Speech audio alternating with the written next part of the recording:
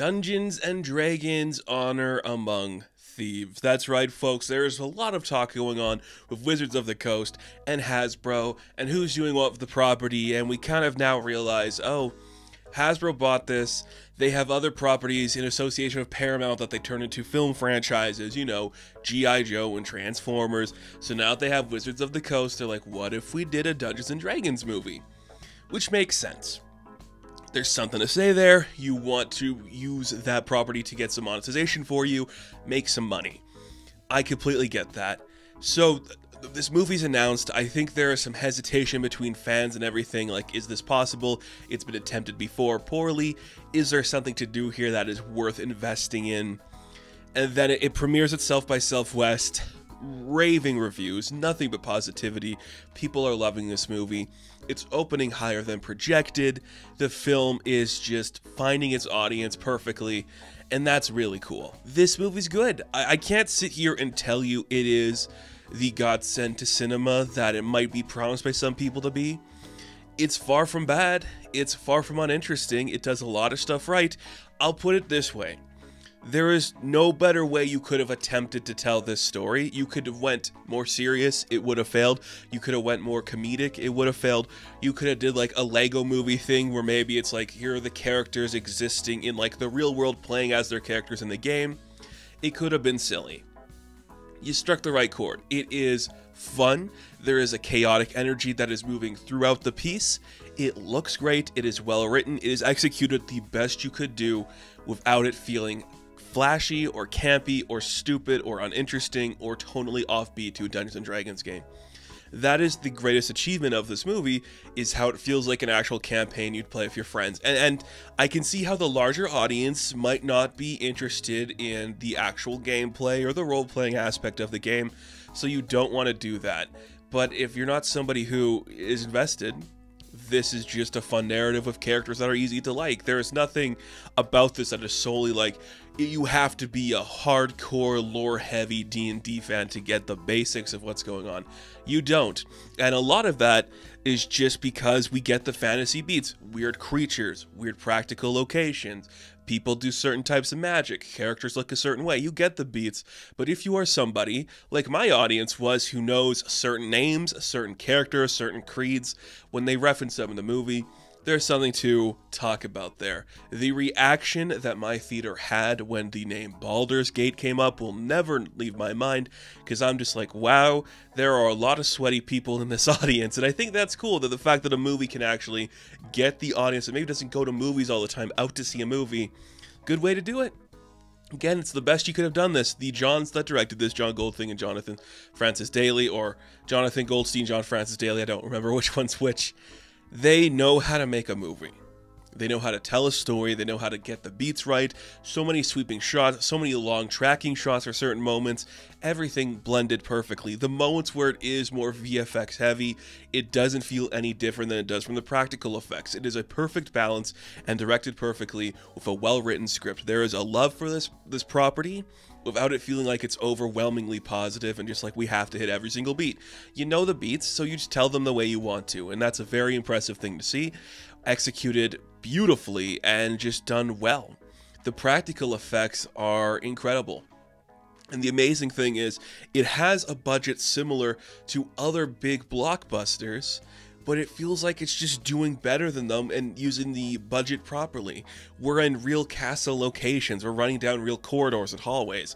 The costuming looks cheap, but that's the time period. It doesn't look like this grandiose armor for every single character. It feels very authentic, and it's working well. And when there's a practical creature or effect, it looks great. When it is CG, it looks better than other stories and other movies of this era, and it just looks great. The cast all seems like they're having fun. No complaints there. Not every character might work for you, but I can't say anybody did a bad job. Chris Pine is always a charismatic lead. He knows how to lead a franchise, lead a property, let his skill set play into the right hands, and you have him in a really fun role. A little bit of a goofball. Michelle Rodriguez, something to do. She did fine. Again, that character has some moments. There's a moment like we'll lean more into like her love story or her like romantic side, and I'm like, that's hilarious. That is a good joke I wasn't expecting. And it just made the idea of this story being a relationship between two platonic friends way more interesting than if it was they like romantically involved. That's really exciting. Justice Smith playing a character he can do in his sleep. There's nothing bad about what he's doing there. Same with Sophia Billis. She is doing exactly what you know her to do, but it's working. Both of their characters are strong. They are more of the magical aspect of this world. Nothing terrible about what we're seeing from either of them. Working great.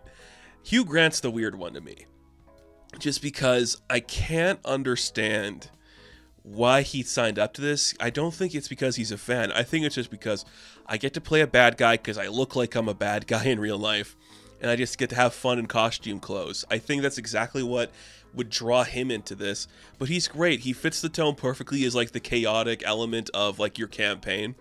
If you were like playing with your friends, there's always that one guy that's gonna be like, okay, and then I steal the treasure and I ditch everybody and run away, right? Like that's a vibe. That is what he's doing here, and it's working well. It balances the story perfectly. It balances the world perfectly. There is no better way this could have been done. Everything about this movie is exactly how you should have done it. You know, the action sequences look surprisingly good. The characters look surprisingly good. It's incredible how good March has been for the movie experience. And Dungeons & Dragons, like, ending the month strong with this very interesting piece that is exactly like a classic blockbuster. More than any other big-budget movie this year, or maybe since the early 2010s, this is the one that feels the most like it's a nostalgic throwback to a 90s blockbuster, to an early 2000s blockbuster, like a really strong movie. There are clearly vibes of like 1999's The Mummy film is in here doing some really good work. I'm trying to think of some other ones. Romancing the Stone, but that's a little bit earlier. It has just like those fun swashbuckling vibes with great characters doing some great work. And you know, there's dragons, there's zombies, there's really cool aesthetics and things to see. A big fish, and that's really awesome. It nailed it.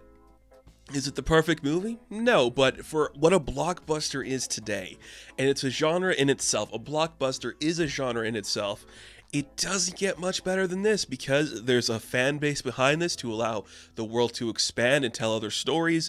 There are actors committed to what they are doing. There is practical effects and people interacting with real things. There is a really tight script that is playful and fun, and the jokes don't come at you at every single minute. It allows growth and interest, and every time a magical power is used, it is something different than what we've seen before. It's not just glowy hands. People are doing stuff. It looks really good. And look, Reggie Page, like, this guy is phenomenal. If you didn't think he was a leading man before, he proved himself to be more than just like the hunky guy from Bridgerton. He's talented. He's fun. I have no complaints about this movie, except for this one thing. There was a lot of Dungeons & Dragons nerds in my screening, and I'm just like, wow, why isn't this more like a mainstream game? If like half my audience is like obsessed with this, why isn't this like a mainstream game that everybody's talking about? Like, you have it, every friend group plays it every now and then. It's very weird. Maybe it's just because it's too like in your own head and you have to like think about stuff, and I don't know.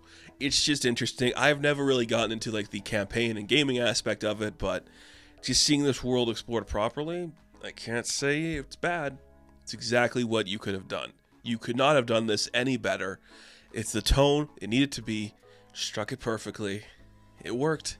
A Dungeons & Dragons movie worked in this era, and it was kind of a throwback to a time we don't really do anymore. So that's kind of cool too. Dungeons & Dragons: Honor Among Thieves, the first but certainly not last time we'll be talking about this universe. I'm almost positive on that. I'm going to give a 7 out of 10.